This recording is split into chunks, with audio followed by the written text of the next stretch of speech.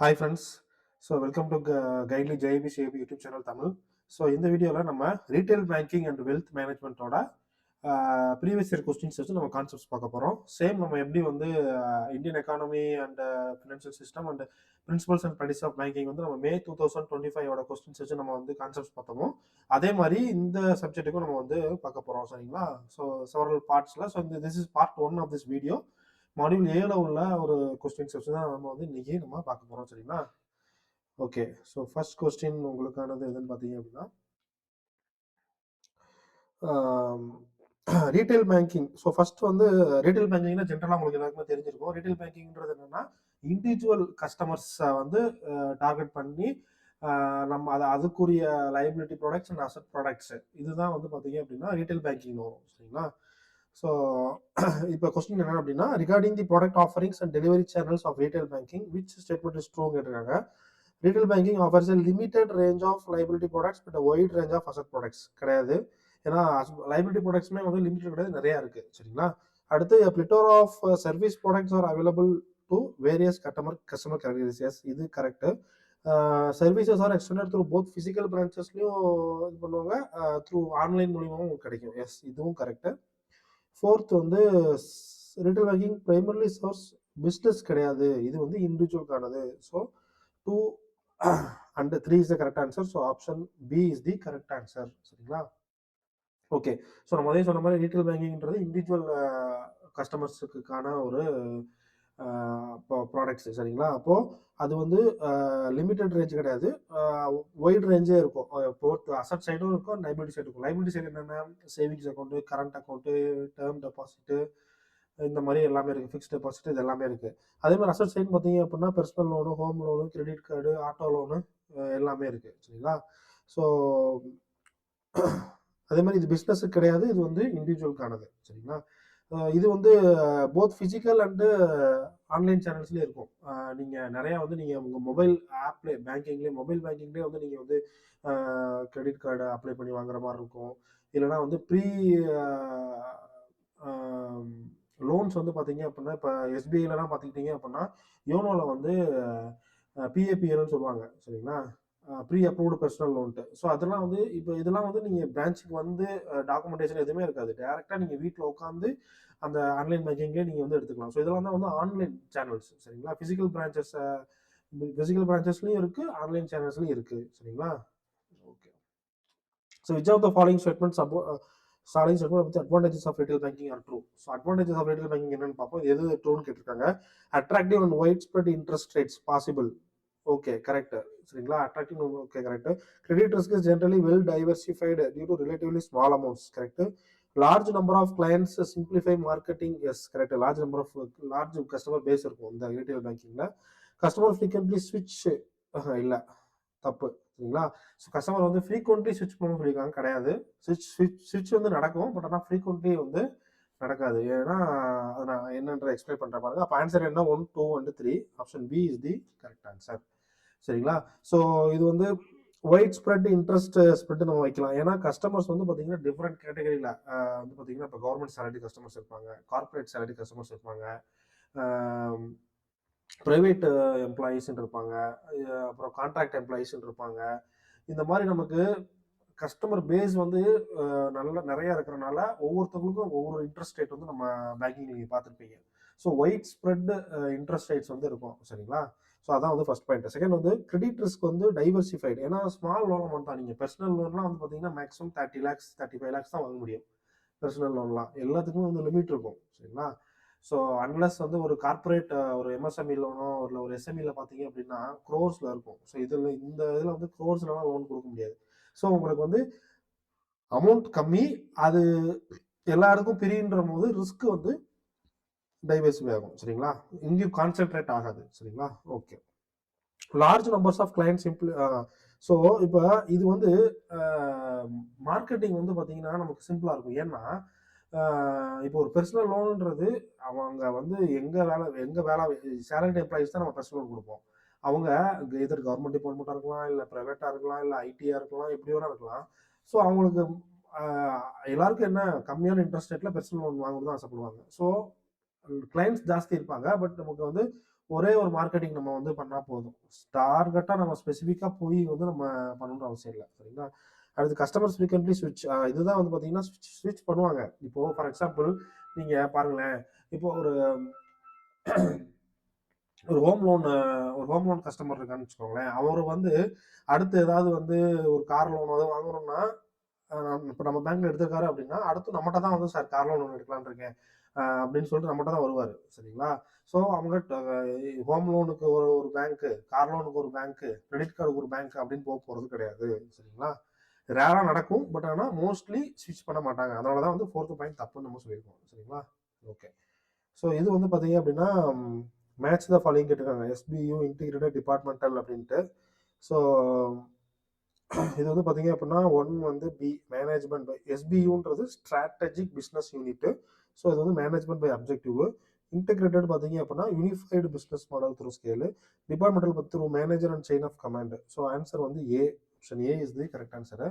So இது என்னன்னா, பிஸ்னஸை நம்ம எப்படி வந்து நம்ம அப்ரோச் பண்ணி நம்ம பிரித்து இது பண்ணுறோம் அப்படின்றது தான் வந்து இருக்குது.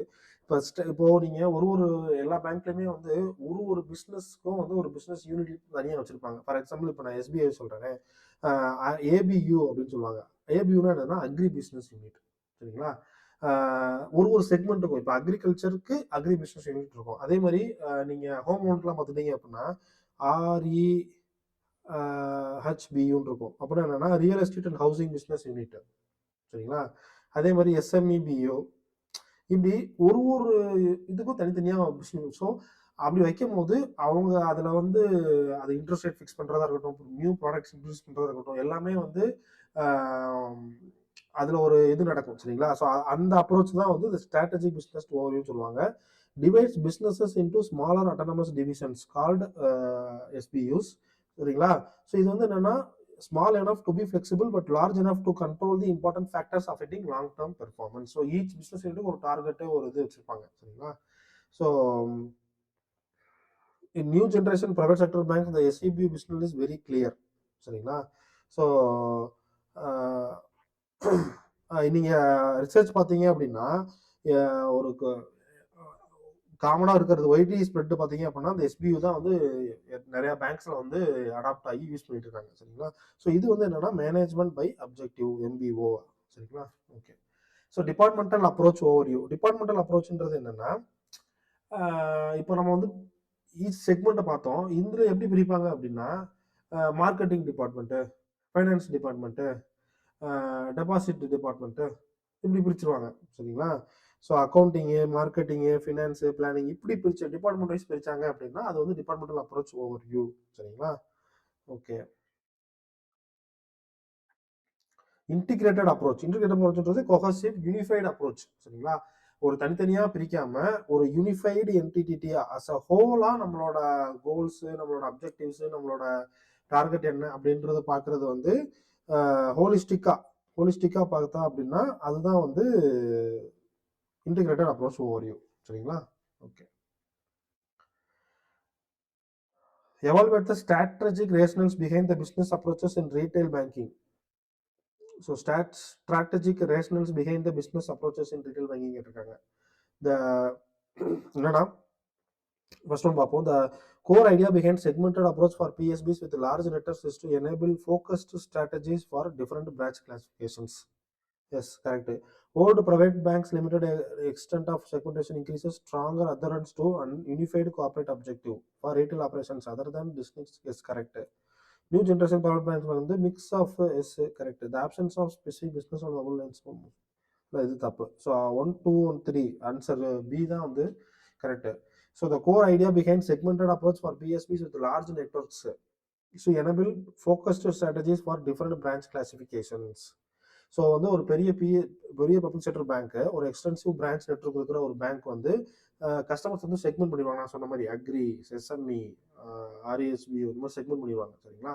ஸோ ஏன்னா செக்மெண்ட் பண்ணும்போது அவங்களுக்கு ஏற்ற மாதிரி specific they can tailor made products வந்து நம்ம வந்து கொடுக்கலாம். சர்வீஸ், ப்ராடக்ட்ஸ், மார்க்கெட்டிங் எஃபர்ட்ஸ் எல்லாமே. சரிங்களா? Okay. Old private sector banks வந்து limited extent of segmentation indicates strong other. இந்த ஓல்டு பிரைவேட் செக்டர் பேங்க்ல வந்து எப்படி இருந்துச்சு அப்படின்னா நம்ம இன்டிகிரேட்டட் அப்ரோச் மாதிரி ஒரு யூனிஃபைடு அஸ் ஹோலிஸ்டிக்காக வந்து அஸ் கார்பரேட்டாக அவங்களோட அப்ஜெக்டிவ் என்ன, instead of dividing into department or segments, அவங்க வந்து அஸ் எ ஹோல் ஒரு இன்ஸ்டிடியூஷனாக என்ன அப்படின்றத பார்ப்பாங்க. சரிங்களா, அதான் இது. So new generation private bank வந்து ரெண்டு mixed segmented and classification model வந்து ரெண்டு மிக்ஸ் பண்ணி இது பண்ணுவாங்க. சரிங்களா. Regarding risk and returns, which of the following statements are true when comparing retail banking and corporate banking? So risk is risk and returns ரெண்டு compare பண்ணிருக்காங்க, ரீட்டைலும் கார்பரேட்டையும். Risk is more concentrated in corporate banking due to smaller customer base and higher ticket sizes. Yes, correct. Returns are generally higher in corporate banking because corporate clients இல்ல, returns வந்து correct தான், higher, but இதனால கிடையாது. In retail banking, risk is widespread. Yes, correct. Spreads are typically low in retail banking. இல்ல, தப்பு. So option 1 correct, 3 correct. So answer A, option ஏ தான் வந்து correct. சரிங்களா. ஸோ கார்பரேட் பேங்கிங்லன்றது என்னன்னா பெரிய பெரிய இண்டஸ்ட்ரீஸுக்கு, பெரிய பெரிய கார்பரேட்ஸுக்கு கொடுக்குறது. ஸோ அப்போ வந்து லோன் அமௌண்ட் போய் பார்த்தீங்கன்னா க்ரோர்ஸில் இருக்கும், லிமிட்டட் நம்பர் ஆஃப் கஸ்டமர்ஸ் இருப்பாங்க. அப்போ ரிஸ்க் வந்து கான்சென்ட்ரேட் ஆகுது. Unless like in retail banking where the customer base is more, loan size is ticket size is very very less and it is diversified among the large customer base. சரிங்களா. So அவங்க ஒரு ஆளுக்கு ஒரு அம்பானிக்கும் அதானிக்கும் loan கொடுத்தோம் அப்படின்னா 2 பேர், ஆனால் thousands of crores நம்ம வந்து கொடுப்போம். ஸோ அப்போ அங்கே கான்சென்ட்ரேட் ஆகுது ரிஸ்க், 2 பேர்ல கான்சென்ட்ரேட் ஆகுது. சரிங்களா. Okay. Returns are generally higher in corporate banking. High தான். ஏன் அப்படின்னா கார்பரேட் பேங்கிங்ல வந்து பார்த்தீங்க அப்படின்னா ஸ்மால் அவங்க வந்து நல்லா பார்கெயின் பண்ணுவாங்க. ஏன்னா அவங்க வாங்க போகிற அமௌண்ட் வந்து thousands of crores அப்படின்ற போது எங்களுக்கு இன்ட்ரெஸ்ட் ரேட்டை கம்மி பண்ணி கொடுங்க அப்படிம்பாங்க. ஸோ இன்ட்ரெஸ்ட் ரேட் கம்மி பண்ணுறதுனால நமக்கு வந்து ப்ராஃபிட் குறையும் தான், பட் ஹை அமௌண்ட் அவங்க வாங்குறதுனால நமக்கு வந்து ப்ராஃபிட் வந்து இதை கம்பேர் பண்ணும்போது இது ரீட்டைல் பேங்க் வாங்கும்போது இது வந்து நமக்கு ஜாஸ்தியாக இருக்கும். சரிங்களா. ஓகே.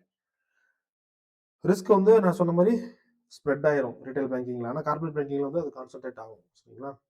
ஓகே. ஸோ இது வந்து பார்த்தீங்க அப்படின்னா horizontal organised model, vertical organised மாடல்னு ரெண்டு இருக்கு. இது வந்து டெலிவரி சேனல்ஸ் நம்ம சொல்லுவோம், ப்ராடக்ட் வந்து டெலிவரி சேனல்ஸ் நம்ம சொல்லுவோம். டெலிவரி சேனல்ஸ் கீழே வர்ற ரெண்டு மாடல்ஸ். சரிங்களா. So horizontal model was uses different process model for different products offering end to end solutions product wise. Yes, correct. Vertical organised model வந்து functionality access models with customer data base orientation and centralised customers. Yes, correct. level of customer information available in the single. Yes, correct. இல்லை. So 1, 2 and 3 தான் correct. Answer B. So நான் சொன்னேன் இல்லையா, இது வந்து delivery channels அப்படின்னு சொன்னேன் இல்லையா. ஸோ இது வந்து என்னன்னா ஹரிசாண்டல் ஆர்கனைஸ்ட் மாடல் என்னன்னா ஒரு ப்ராடக்ட்டுக்கும் ஒரு மாடலில் வந்து each and every product will be having process model. வேற ப்ராசஸ் மாடல் இருக்கும் எல்லா ப்ராடக்ட்டுக்குமே தனித்தனியாகவும். அப்படி இருந்துச்சு அப்படின்னா அது வந்து ஹரிசாண்டல் ஆர்கனைஸ்ட் மாடல். அதே இது வெர்டிக்கல் ஆர்கனைஸ்ட் மாடல் என்ன இருக்கும்னா ஒரு சென்ட்ரலைஸ்ட் ஒரு கஸ்டமர் டேட்டா பேஸ் இருக்கும், அதுல இருந்து வேரியஸ் ப்ராடக்ட்ஸுக்கு வந்து இது இருக்கும். சரிங்களா. ஸோ இது வந்து என்னன்னா ஒரு holistic view of interactions or data across different products. இப்போ ஒரு கிரெடிட் கார்டு, ஹோம் லோன் வாங்குறவங்க கிரெடிட் கார்டு வாங்கியிருப்பாங்க. சரிங்களா. அப்போ இந்த ரெண்டுக்கும் காமனா ஒரு டேட்டா நமக்கு இருக்கும் இல்லையா, அது வந்து வெர்டிக்கல் இதுல வரும். அதே இது கிரெடிட் கார்டு வாங்குற கஸ்டமர்ஸோட டேட்டா மட்டும் தனியாக இருந்துச்சுன்னு வச்சுக்கோங்களேன், அந்த மாதிரி இருந்துச்சு அப்படின்னா அது வந்து ஹரிசாண்டல் ஆர்கனைஸ்டு மாடல். சரிங்களா. ஸோ இந்த மாடல் அப்படின்றது எதில் டிபெண்ட் ஆகும் அப்படின்னா level of customer information available in single platform. நான் சொன்ன மாதிரி இன்ஃபர்மேஷன் எவ்வளோ அவைலபிலிட்டி இருக்கோ அதை பொறுத்து தான் வந்து எந்த மாடல் அப்படின்றது டிபெண்ட் ஆகும். சரிங்களா. ஓகே. ஸோ இது வந்து ஒரு problem. Innovate tech solutions is a company that specializes in manufacturing and selling electronic gadgets. Okay. For recent quarter their sales figures were okay. மொத்த சேல்ஸ் ரெவன்யூ வந்து 1,50,000. Okay. The cost of goods sold for this period amounted to 90 lakhs. Okay.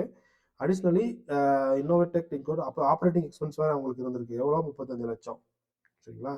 So இதில் எல்லாத்துலேயும் வந்து நம்ம solve பண்ணி எது true அப்படின்னு வந்து கேட்டிருக்காங்க. ஓகே. ஃபர்ஸ்ட் வந்து கிராஸ் ப்ராஃபிட்டை வந்து நம்ம பார்ப்போம். சேல்ஸ் ரெவன்யூல இருந்து இந்த நம்ம இப்போ இது வந்து பார்த்தீங்கன்னா செல்லிங் ப்ரைஸ், இது காஸ்ட் ப்ரைஸ்னு வச்சுப்போமே. சரிங்களா. நமக்கு செல்லிங் ப்ரைஸ்லேருந்து வந்தது எவ்வளோ? 1,50,000. காஸ்ட் ப்ரைஸ் அதை நம்ம செலவு பண்ண நம்ம வித்ததோட குட்ஸோட செலவு வந்து பார்த்தீங்க அப்படின்னா 90 லேக்ஸ். அப்போ 60 லேக்ஸ்ன்றது நமக்கு கிராஸ் ப்ராஃபிட். சரிங்களா? சரி, ஓகே. இந்த cross profit margin profit margin எவ்வளோ பார்க்கணும்? இப்போ டோட்டல் சேல்ஸ் ரெவன்யூல இருந்து நம்ம கிராஸ் ப்ராஃபிட் எவ்வளோன்னு பார்த்தோம் அப்படின்னா அதான் வந்து ப்ராஃபிட் மார்ஜின் 40%. சரிங்களா? ஓகே. அடுத்து ஆப்ரேட்டிங் ப்ராஃபிட். ஆப்ரேட்டிங் ப்ராஃபிட் வந்து கிராஸ் ப்ராஃபிட்லேருந்து ஆப்ரேட்டிங் எக்ஸ்பென்ஸை மைனஸ் பண்ண ஆப்ரேட்டிங் ப்ராஃபிட். அப்போ gross profit minus operating expenses அது போட்டிங்க அப்படின்னா ஆப்ரேட்டிங் ப்ராஃபிட் கிடைச்சிடும். சரிங்களா? ஓகே. ஸோ இந்த ஆப்ரேட்டிங் ப்ராஃபிட் மார்ஜின் ஃபார் அப்போ இதோட இதில் எதுல இருந்து 1,50,000 இருந்து இந்த 25 லட்சம் எவ்வளோ, சரி 1,50,000 கோடியில் வந்து 25 லட்சம் எவ்வளோ பர்சன்டேஜ்னு பார்த்தீங்க அப்படின்னா அதுதான் உங்களோட ஆப்ரேட்டிங் ப்ராஃபிட் மார்ஜின். சரிங்களா? ஸோ இதை ரொம்ப ரொம்ப சிம்பிள். இது நார்மலாக நீங்கள் பார்த்தாலே உங்களுக்கு புரிஞ்சிடும். சரிங்களா? ஸோ இது ட்ரூன்னு கேட்டிருக்காங்க. நமக்கு கிராஸ் ப்ராஃபிட் எவ்வளோ, இது correct. Gross profit margin correct, operating ப்ராஃபிட்டும் கரெக்டு, இதுவும் correct. So all answer D தான் வந்து ஆன்சர். சரிங்களா? Okay. Which of the following statements accurately reflect the current challenges and strategic needs of banks? So banks must ensure that every source expenditure yields optimal returns, seeking the best bang for the buck. Focusing solely on reducing cost is sustainable strategy for long-term operational success and future dependence. A balanced approach involves both improving operating efficiency and upgrading capabilities to meet the market demand. Correct. The banking industry is facing an environment of widening margins and rapid deposit growth. சரிங்களா? So இதில் answer என்னன்னு பார்த்தீங்க அப்படின்னா first பாருங்களேன், banks must ensure that every expenditure yields optimal returns. Correct. நம்ம என்ன செலவு பண்ணாலும் அதில் நமக்கு என்ன ரிட்டர்ன்ஸ் வருது அப்படின்றத பார்க்கணும். சரிங்களா? Maximise the return on investment. Return on investment வந்து நம்ம மேக்ஸிமைஸ் பண்ணணும். சரிங்களா? Focusing solely on reducing cost அது வந்து தப்பு. ஏன்னா காஸ்ட் கட்டிங்ன்றது வந்து ஓகே பண்ணணும் தான், பட் அதை மெயினாக நம்ம அதை ஃபோக்கஸ் பண்ணியே நம்ம எது இருந்தோம் அப்படின்னா, ஏன்னா இப்போ சப்போஸ் ட்ரைனிங் கொடுக்குறாங்க ஸ்டாஃபுக்கு, அது காஸ்ட் நம்ம இன்கர் பண்ணுறோம், எக்ஸ்பெண்டிச்சர் பண்ணுறோம். நம்ம காஸ்ட் கட்டின்ற பேரில் அந்த ட்ரைனிங்லாம் நம்ம எடுத்துட்டோம் அப்படின்னா அதனால நமக்கு வந்து லாங் டேர்ம் சக்ஸஸ் எதுவும் வரப்போதா கிடையாது. ஸோ எதுக்கு செலவு பண்ணணுமோ அதுக்கு செலவு பண்ணி ஆகணும். சரிங்களா? ஸோ ஃபோக்கஸிங் சொல்லி ஆன் ரெடியூசிங் காஸ்ட் வந்து is not a sustainable strategy. சரிங்களா? ஸோ இது கரெக்டு, இது தப்பு. A balanced approach involves both improving operating efficiency and upgrading. Yes correct. Balanced approach வந்து இருக்கணும். Okay. Banking industry is facing an environment of widening margins and rapid deposit growth. இல்லை, இதுவும் தப்பு. So 1 and 3 தான் வந்து correct. Competition இப்போ நமக்கு deposit கிடைக்கிறதே வந்து பெரிய விஷயமா இருக்குது. இப்போலாம் பார்த்தீங்கன்னா டெபாசிட் கிரன்ச்னு சொல்லி நம்ம ரீசெண்டாக நம்ம வந்து நிறையா நம்ம நியூஸில் நீங்கள் பார்த்துருப்பீங்க. டெபாசிட்ஸே வந்து பிடிக்கிறது வந்து ரொம்ப வந்து கஷ்டமாக இருக்கும். ஸோ ஸ்லோ டெபாசிட் க்ரோத் தான் வந்து இப்போது நமக்கு பயங்கர சேலஞ்சிங்காக இருக்குது பேங்கிங்கில். சரிங்களா? ஸோ இதுதான் வந்து இந்த question answer. So okay guys, இது வந்து மாடியூல் ஏல வந்த கொஸ்டின்ஸு. நம்ம நெக்ஸ்ட் பார்ட் அடுத்தடுத்த பார்ட்டில் அடுத்தடுத்த மாடியூல்ஸை நம்ம வந்து பார்ப்போம். சரிங்களா? So see you on next video. Thank you.